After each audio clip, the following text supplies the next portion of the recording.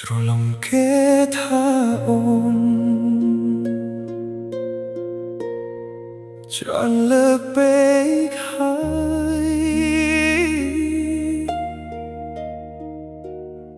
វាជាអារម្មណ៍ដែលបានកើតឡើងយូរមកហើយវាជាការឈឺចាប់បំផុតដែលមិនអាចទទួលយកការបាត់បង់នឹងរស់នៅជាមួយសេចក្តីសង្ឃឹមដែលគ្មានថ្ងៃคลายជាការពិត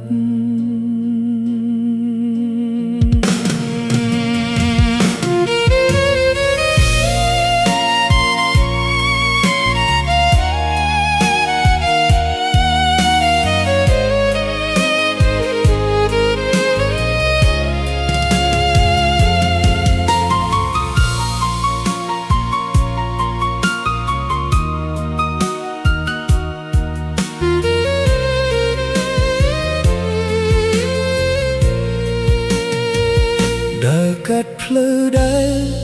ធ្លាប់ដើរជាមួយអូនខ្យល់ត្រជាក់ជាក់បក់មកដូចសំឡេងអូនមើលឃើញនារីម្នាក់ពីចម្ងាយល្វឹងល្វើយបេះដូងលោតខ្លាំងច្រឡំថាអូនវិលមកហើយរត់តាមគេទាំងដឹងថាគ្មានសង្ឃឹមជិតដល់ហើយទើបដឹងថាជាមនុស្សផ្សេងស្នាមញញឹមមួយនោះមិនមែនជាស្នាមញញឹមអូនហើយខ្ញុំក៏ឈរយំកណ្ដាលហ្វូងមនុស្សសំដងទៀតគេមើលមកបងដូចមនុស្សបាត់ស្មារតីមនុស្សម្នាក់ដែលរស់នៅក្នុងអតីតកាលមិនព្រមចេញបងដឹងថាអូនលែងនៅទីនេះហើយតែចិត្តមួយនេះ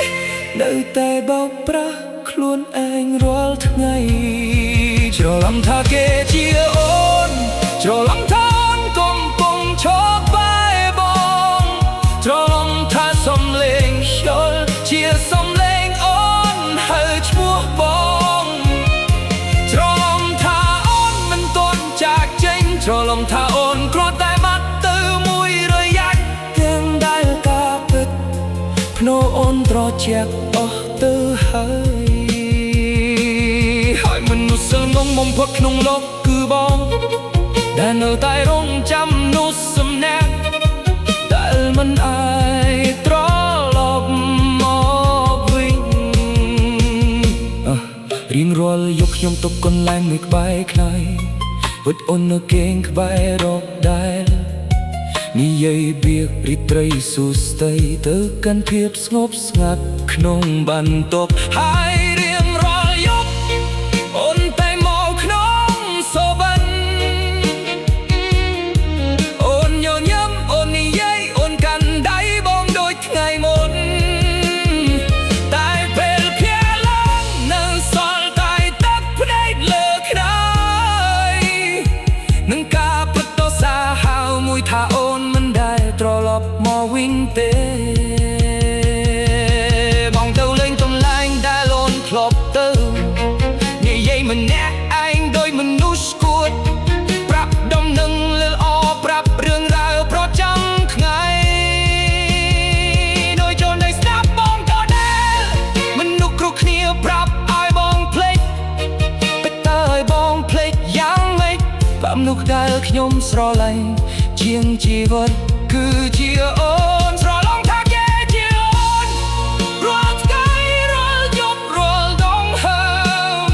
ច្រឡំថាអូននឹងបាក់ទ្វារហើយដើរចូលមកវិញនៅថ្ងៃណាមួយ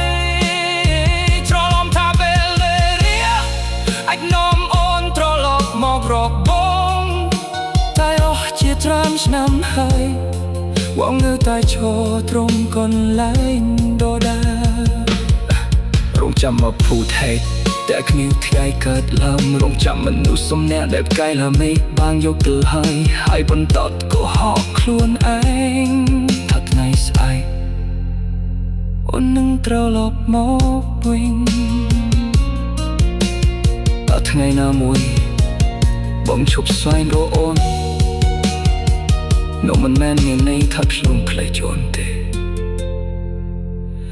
គ្រាន់តែបងអស់កម្លាំងក្នុងការកុហកខ្លួនឯង